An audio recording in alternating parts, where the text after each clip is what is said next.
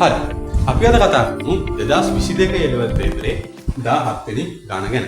එතන මේක ඇවිල්ලා තියෙන දෝලනා තරංග වල මුල්ම කොටසකින්. එතකොට කියලා තියෙනවා එක මේ සරල අවලම්බයක් තියෙනවා. ඒකේ දිග L, ඒකේ ආවර්ත කාලය T කියලා දීලා තියෙනවා. ඉතින් අපි සරල අවලම්බයක ආවර්ත කාලයකට මේ සූත්‍රය ලියාගමු. T සමානයි 2pi වර්ගමූල L බෙදීම G කියලා සූත්‍රයක් තියෙනවා අපිට සරල අවලම්බයක දෝලන කාලාවර්තය හොයාගන්න. එතකොට ඊළඟ සරල අවලම්බයේ දිග 2l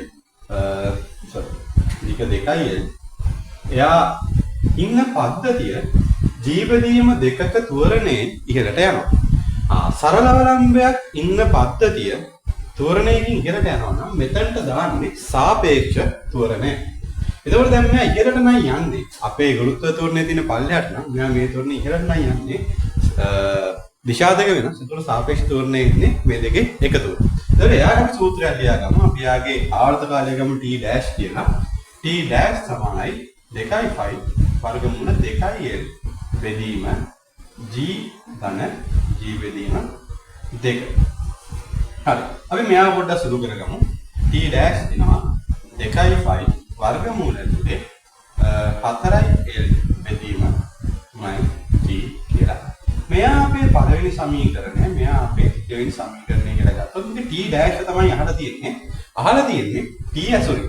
ඉතින් අපි මේ සමීකරණ දෙක අපි බෙදාගත්තොත් අපි දෙවෙනි සමීකරණයෙන් පළවෙනි සමීකරණය බෙදුවොත් මේ පැත්තට යනවා t ඩෑෂ් බෙදීම t. අපි මේ ටික පොඩ්ඩක් සුළු කරගත්තොත් එහෙම එනවා අපිට 4 බෙදීම 3යි වර්ගමූල කියලා. එතකොට අපිට t ඩෑෂ් එනවා මෙතනින් 2t බෙදීම මූල 3යි කියලා. මේ ටික සුළු කරගත්තාම 2pi කැපෙනවා. l ට l කැපෙනවා, g ට g කැපෙනවා. එතකොට මේ ටික විතරයි ඉතුරු වෙන්නේ. මේක සුළු කරාම මේ විදිහේ උත්තරයක් එනවා. එතකොට හරි උත්තරය වෙන්නේ අංක